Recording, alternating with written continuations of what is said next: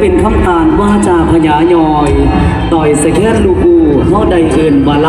ำจากลำกลอนเป็นเขาจากลำยาวเป็นต่อสุดสะแนนโอสายไล่หน่อยกระโอดลำวาจาตันกำกึ่งห้องกำรวมหมอสำร่วมปันไหนตำสมัยพระสิงนี่ละน้องเอินว่าหมอลำสิงยุสตริงแบบใหม่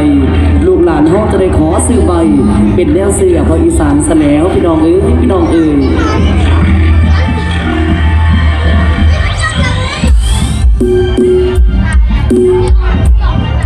เรื่องเบสเบาครับเติมไป